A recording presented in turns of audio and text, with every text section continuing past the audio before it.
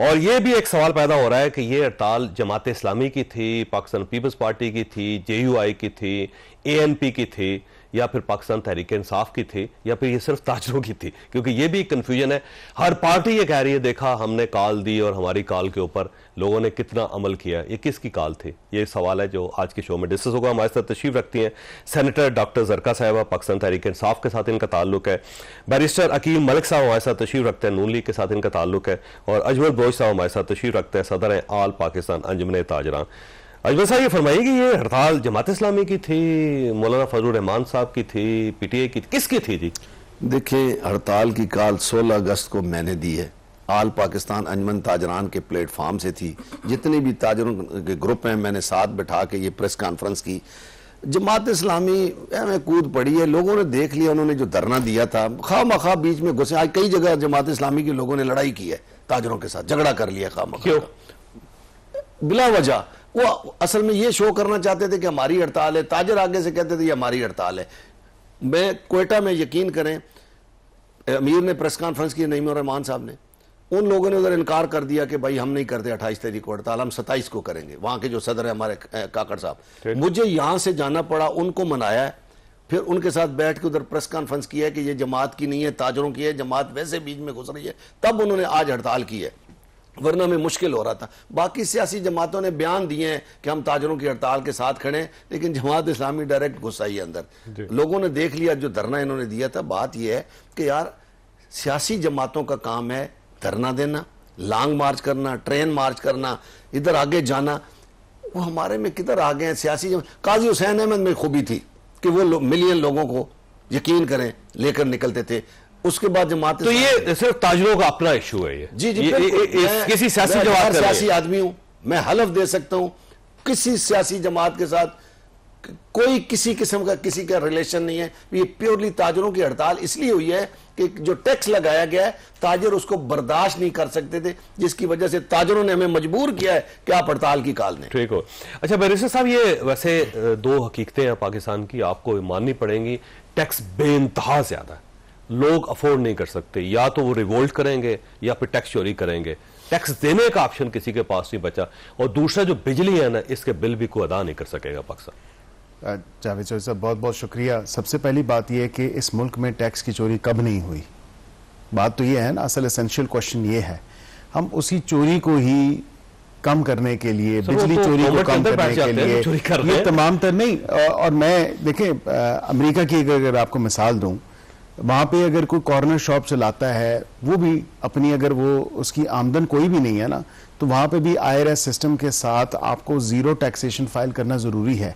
हम ये नहीं कह रहे, हमें बिल्कुल, मुझे इस बात का इदराक है कि जो छोटा ट्रेडर है या स्मॉल ट्रेडर जिसे कहा जाता है, क्योंकि कैश बेस्ड इकोनॉमी है और कैश पे लेन देन और क्रेडिट पे सारा निज़ाम होता है, और मैंने देखा है कि शायद वो इस चीज़ का ब्रंट बेयर नहीं कर सकते इतनी टैक्सेशन का।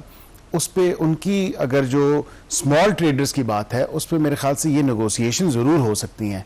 मैं बस ये हुकूमत अगर यहाँ पे ये बात कर रहा हूँ तो किसी जिम्मेदारी से कर रहा हूँ कि ऑल पाकिस्तान ट्रेडर्स अगर ये कहते हैं टैक्स नेट में, देखें ताजर दो स्कीम आई, टैक्स नेट में तो सबको आना है। ये तो फिर आप ये ना कहें कि टैक्स नेट में कोई नहीं आ सकता, या टैक्स नेट से ही हमें निकाल के बाहर फेंक दें या ना बाहर रख दिया जाए।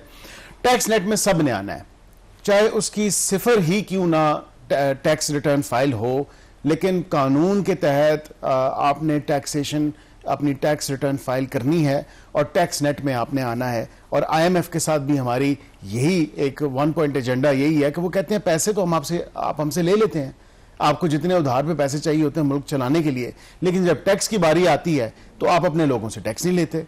तो टैक्स नेट को तो हमने ब्रॉडन करना है, टैक्स नेट में लोगों को इंक्लूड करना है, चाहे वो छोटा ट्रेडर हो, चाहे बड़ा ट्रेडर हो, चाहे मिड साइज ट्रेडर हो। इस बात पे जरूर बात हो सकती है कि छोटे ट्रेडर को अगर इफेक्ट ज्यादा कर रही है तो उसकी कोई परसेंटेज जो है उस पर आप बात कर लें, लेकिन ये कहें कि हमें इस्तिस्ना हासिल हो जाए, वो नहीं। और अगर ये मुसलसल दुकानें बंद रखते हैं अगले 2, 3, 4, 6 मेरे ख्याल से जिस तरह फिर कोरोना में हुआ था कि आगे से दुकान बंद है और पीछे से दुकान खुली है, क्योंकि इनका भी सर्वाइवल पॉसिबल नहीं है, इन्होंने भी अपना दाल दलिया करना है। गवर्नमेंट पीछे नहीं हट रही। गवर्नमेंट देखिए किस तरह पीछे हटे। ये IMF का मुआहदा जो स्टाफ लेवल एग्रीमेंट हुआ है आपका, ये किस तरह हम जाएं, क्योंकि एक तो एग्रीमेंट तोड़ के चला गया, उसका खुमियाजा आज तक हम भुगत रहे हैं। जो 10 रुपए कम किए पेट्रोल के। लेकिन आपने वो बिजली की कीमतों की बात की तो सब्सिडी भी हमने प्रोवाइड की। आप देखें वजीर आज़म पाकिस्तान ने पूरे मुल्क के लिए जो एक 50 अरब का पैकेज दिया है सब्सिडी, जुलाई अगस्त सितंबर के महीनों में वो सब्सिडी मिलेगी, उसका इफेक्ट आएगा। पंजाब हुकूमत ने ओवर एंड अबव, पंजाब हुकूमत ने ओवर एंड अबव अरब रुपया निकाल रहे हैं, दूसरी साइड पे आप 50 अरब रुपए की सब्सिडी दे रहे हैं, कैसे मुमकिन है? खुद देखिए वो सारे डेवलपमेंट बजट से गया है ना, वो हमारे डेवलपमेंट बजट से गया है, MNAs की डेवलपमेंट बजट से वो पैसे गए हैं। और हमने बिल्कुल अपनी उनको इजाजत दी है कि आप ये ले लें क्योंकि अवाम का फायदा है और ये पैसे भी अवाम के, हमारा कोई एहसान तो अवाम भी नहीं है, ये पैसे भी अवाम के। डॉक्टर साहब, अच्छा डॉक्टर साहब, ये ताजरों ने हड़ताल की लेकिन हर सियासी जमात इसका क्रेडिट लेना चाह रही है, और इवन जो पाकिस्तान मुस्लिम लीग नून के जो लोग हैं ना, जो पार्टी के साथ खुश नहीं है, वो भी क्रेडिट ले रहे हैं कि हमारे कहने पे देखा हमारी गवर्नमेंट के खिलाफ हड़ताल हो रही। पाकिस्तान तहरीक इंसाफ भी कह रही है कि देखा क्या हो रहा है इस मुल्क के अंदर, तो ये उनका क्रेडिट उनको दें जी। नहीं, बिल्कुल उनको देते हैं, लेकिन मेरी भी इनसे डिमांड है हुकूमत से कि सबसे पहले कैबिनेट के जितने मेंबर्स हैं, जितने एडवाइजर्स हैं इनके जैसे और इनके जैसे और फरिश्ते जितने भी हैं, वो सारे अपने एसेट्स डिक्लेयर करें और ये बताएं सर बात कंप्लीट कर लेने दें। जी, और साथ ये बताएं कि कितना टैक्स देते हैं, बशमूल शहबाज शरीफ, बशमूल उनके बच्चे, बेगम वगैरह वगैरह, ठीक है जी, जितनी भी बेगमात है।